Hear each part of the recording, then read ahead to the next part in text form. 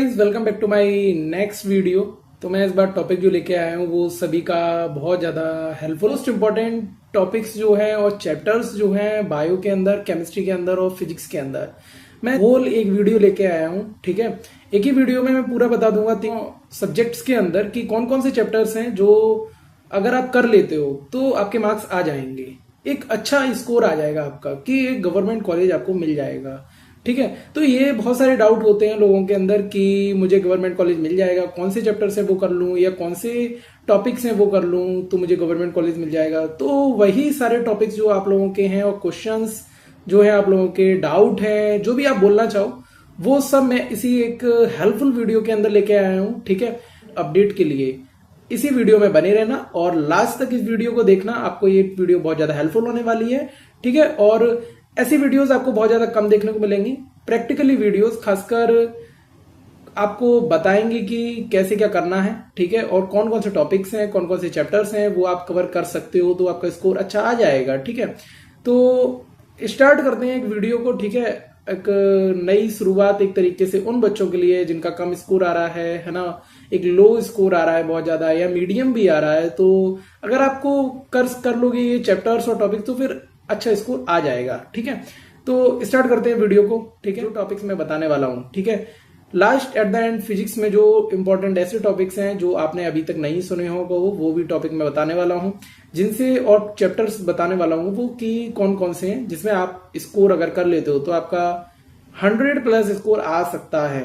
ठीक है, पक्का श्योर मैं गारंटी कह रहा हूं 100+ स्कोर आपका आ सकता है। ठीक है, तो बायो के अंदर कौन कौन से चैप्टर्स हैं वो। ठीक है, तो जल्दी से जाके चैनल को सब्सक्राइब कर लेना कि ऐसी वीडियोस हेल्पफुल अगर आप लोगों के लेके लाता रहूं। ठीक है, अगर आप चाहते हो कि मैं ऐसी वीडियो लाऊं और एक और मतलब एक होती है ना कि किसी चीज की क्रीम लगी हुई है ना, वो क्रीम अगर आपको चाहिए है तो आप कमेंट करके मुझे जरूर बताना, तो मैं ऐसी वीडियोस और ज्यादा से ज्यादा लेके आऊंगा कि बहुत ज्यादा डीपली इस पे नॉलेज करूंगा कि नॉलेज हो कि मैं ऐसी चीजें लेके आता रहूं वीडियोस। ठीक है, जो आपको बहुत ज्यादा हेल्पफुल हो और आपके मार्क्स इंक्रीज हो। ठीक है, किसको नहीं लगता है कि मेरे मार्क्स अच्छे आए, है ना, कौन चाहता है कि मेरे किसी के मार्क्स बुरे आए? सभी चाहते हैं कि अच्छे मार्क्स आए ऑब्वियसली। ठीक है, इसके अंदर जो चैप्टर्स हैं वो कौन कौन से हैं मैं स्टार्ट करता हूं, नाम बोलूंगा, आप लोग लिख लेना अगर लिखना चाहते हो, और अगर सुनना चाहते हो तो फिर इसको याद रखना, बट वीडियो को ऐसे मत लेना कि और वीडियोस की तरह देख रहे हो। इसको जल्दी से जाओ, एक डायरी उठाओ। ठीक है, एक छोटी सी डायरी खरीदो अगर नहीं है तो, और है तो उस पर चैप्टर्स लिख लो ये। ठीक है, पहला चैप्टर आता है तुम्हारा animal kingdom, and second chapter आता है तुम्हारा वो प्लांट किंगडम, और थर्ड चैप्टर आता है तुम्हारा बायोमोलिक्यूल।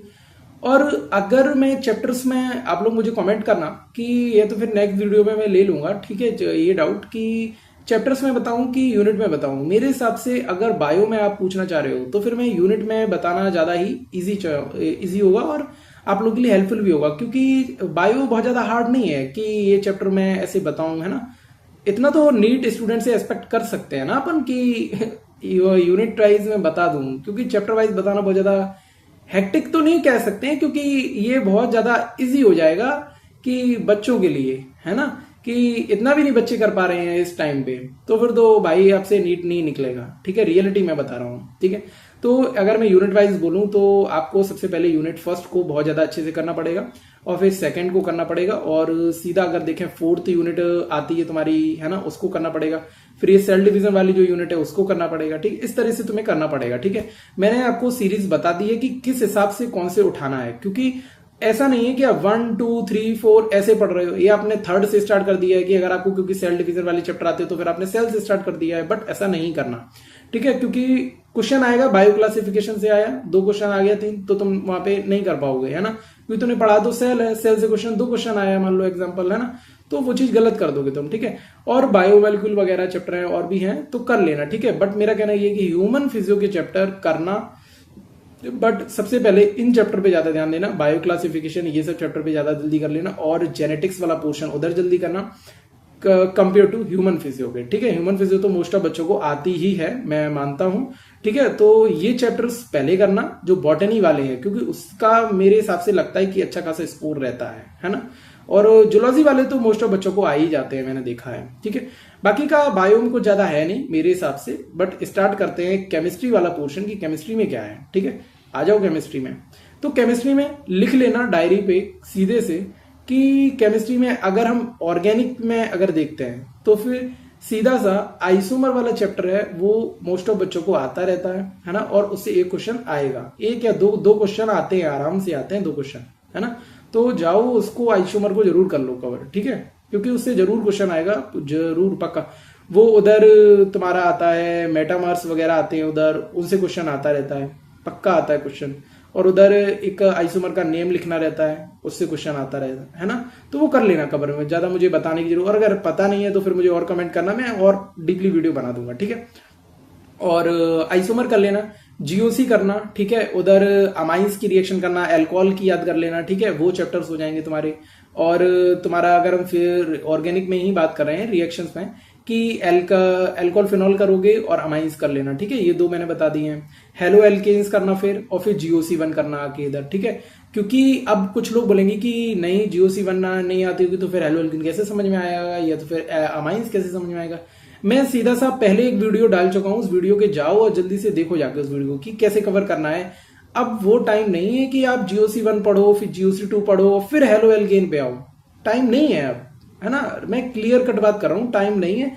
अगर आप ऐसा करना चाहते भी हो, करोगे भी, तो आपके मार्क्स इतने खराब आएंगे कि आपने एक्सपेक्ट भी नहीं करा होगा अपने मार्क्स को। क्यों मैं ऐसा क्यों बोल रहा हूं कि आपके मार्क्स क्यों खराब आएंगे, क्योंकि अगर आप करना चाहोगे GOC1 GOC2 फिर हेलो एल्केन, है ना, सीरीज में अगर आप करना चाहोगे, जैसे कि इंस्टीट्यूट में चलता है कोचिंगों में सभी में, है ना, अगर आप करना चाहोगे तो फिर आप बायो को उतना अच्छा नहीं कर पाओगे, बायो को नहीं कर पाओगे, 360 स्कोर बायो का ही है, ठीक है ना।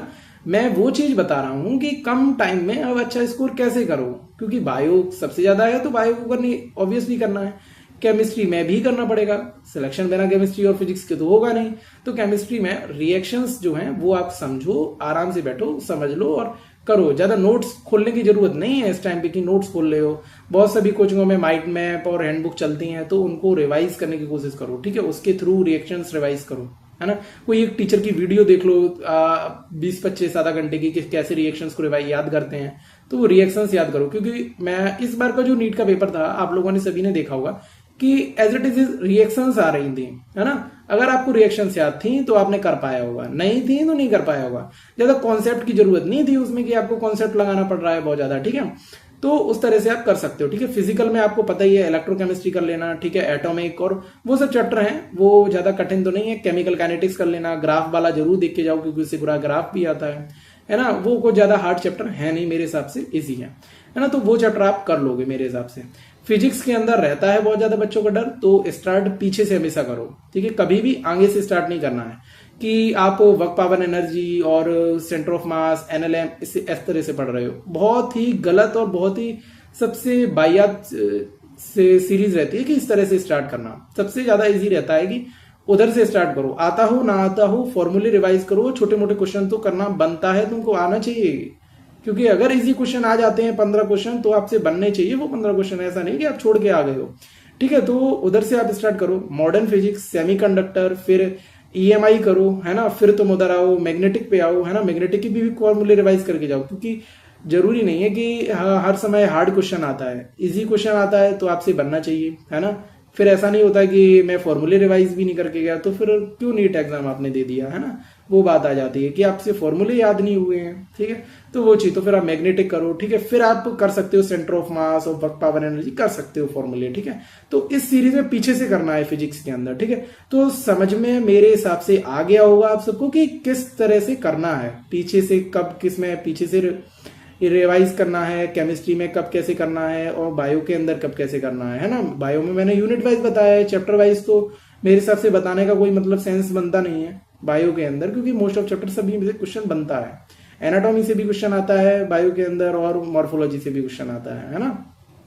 खासकर मॉर्फोलॉजी में अभी पढ़ने की जरूरत नहीं है, बायो मॉर्फोलॉजी को 5 दिन पहले पढ़ना, क्योंकि उसके कुछ एग्जांपल्स हैं वो याद नहीं होते हैं। वो हाँ ऐसा कर सकते हो कि रीडिंग अभी लगा लो, 1-2 रीडिंग कर लो, उसके बाद लास्ट में 5 दिन बाद 4 दिन बाद पढ़ना, क्योंकि उसमें याद करने की चीज है। क्योंकि अभी कर लोगे तो कोई मतलब भी नहीं है, भूल जाओगे, सीधी सी बात है, वेस्ट ऑफ टाइम हो गया एक तरीके का, ठीक है।